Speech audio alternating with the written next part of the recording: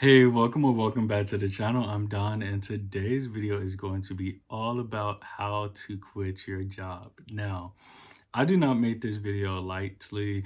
I really believe in being able to commit to things and being able to have stability. Like, those are just personal and professional values of mine.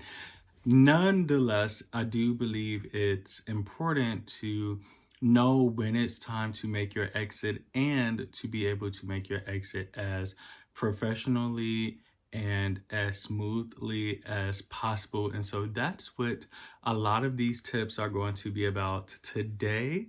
I have resigned from two positions before.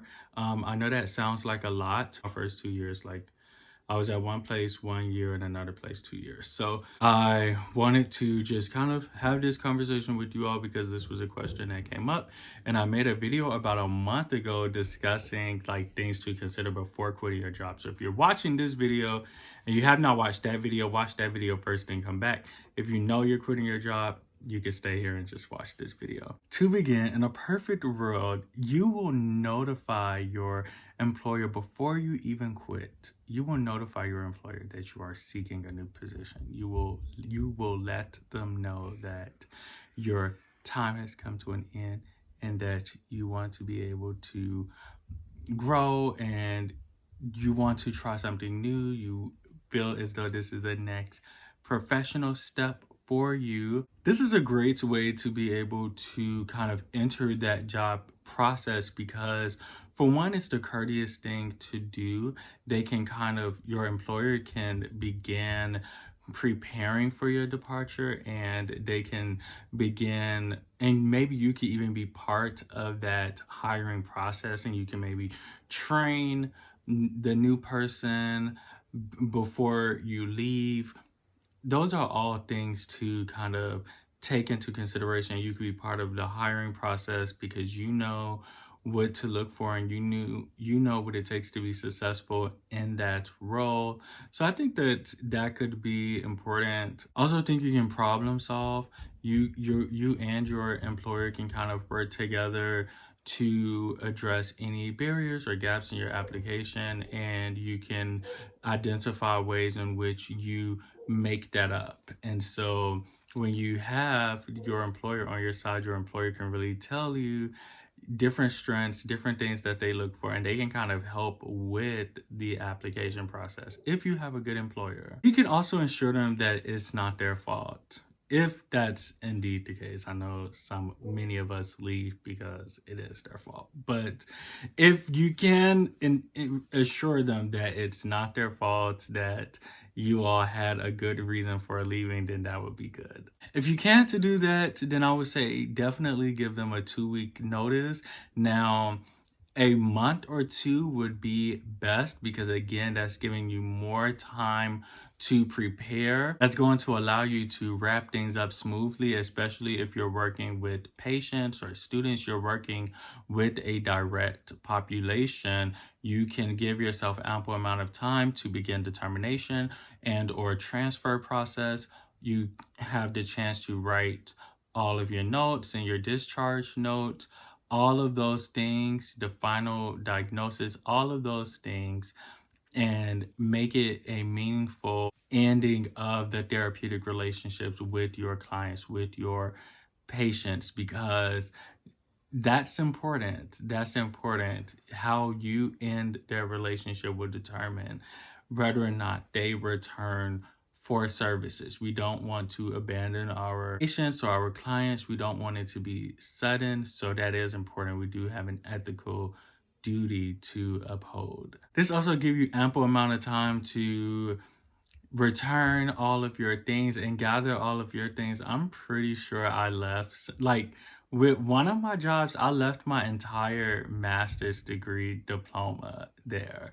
And they were kind enough to send it to me, but I had left so fast that I left my whole degree behind. So, I mean, I think that it's important that you give yourself ample amount of time to be able to pack up your things and gather your belongings, but also be able to return anything that's not yours that you'll need. It's also will be good to be able to attend any to-go lunches, farewell lunches.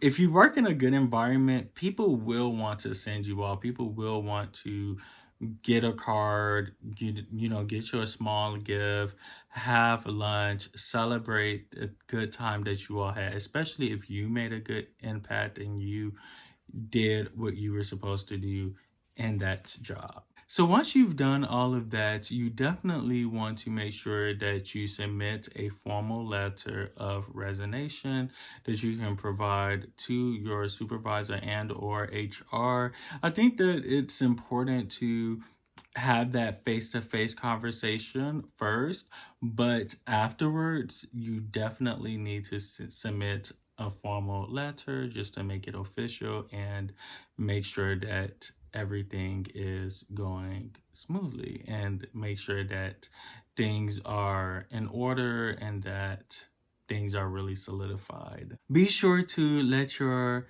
patients know, your clients know, your colleagues know, your coworkers, and exchange contact information not with your patients or clients, but with your coworkers and colleagues, especially if you know like you may need to use someone as a reference one day in the future. You never know, they may be planning their escape too, so that work email that you have may not be efficient, so you may want to get their personal email address, their personal contact information, so you can keep in touch and keep those relationships going, because again, unless you're switching professions completely, you may run into that person again.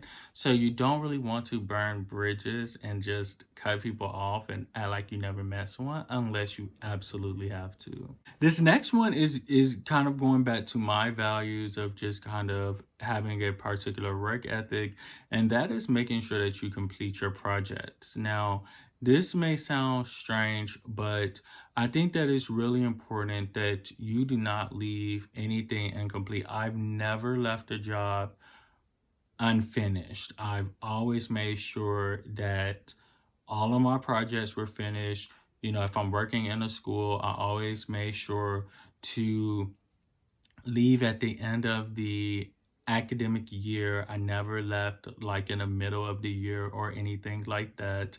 And I think that's so important because again, the stability of your students are so important, but also that's your reputation. So if you start this huge project, you start this huge thing, and then you just disappear, what does that say about you? What does that say about your reliability? What does that say about your consistency? What does that say about your intentions and your care? So I think that it's important to see things through, because that type of character and trait will serve you well in your next position. That type of traits will follow you.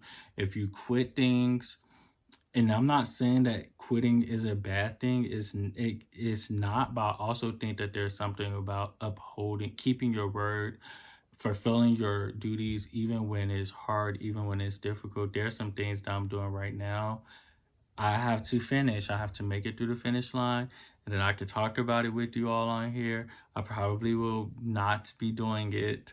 I probably won't be signing up again for a while after next week. But again, I just say that to say that it's just important that we get in the habit of really turning towards our distress and not running away, because a lot of times when we quit, that's really what it's rooted in. Again, this is for your character, your discipline, and your professionalism. These are traits that you want to remember. And this is for your portfolio. If you start on something and then you don't finish it, you can't really talk about it. You can't really use it to your advantage. So I think it's important to, again, just finish everything that you start if you can. And then the last one, I said it already, but I'll say it again.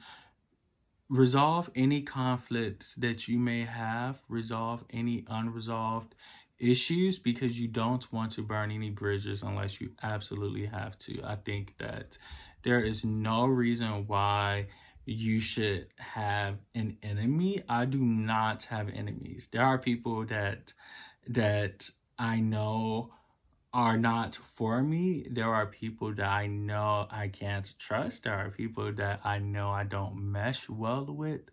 But I do not have an enemy. I do not have one single enemy. I do not have one single person that I'm feuding with or beefing with. Like, I just don't have that. And I think that's important, not just for your namesake, but for your peace of mind. Like, there's a peace when you know that all is well with you and the others. That doesn't mean that there's not disagreements or there's not conflict or concern, but again, I think all of those things can be resolved. There's no reason why you have to leave that unresolved. So if you are departing from somewhere and maybe there's not a a resolved issue, like, I think it's okay to, if nothing else, choose to just kind of let that situation go and let that person know, like, this is something that you are no longer holding on to and that you release it. Okay, so I think that's going to be it for this video. If you like it, please give it a thumbs up and comment in the comment section below one reason why you quit your job, and what was one thing that you were either really glad that you did or you were regretful that you did. Thanks so much for watching, and until I see you next time, be you, be great.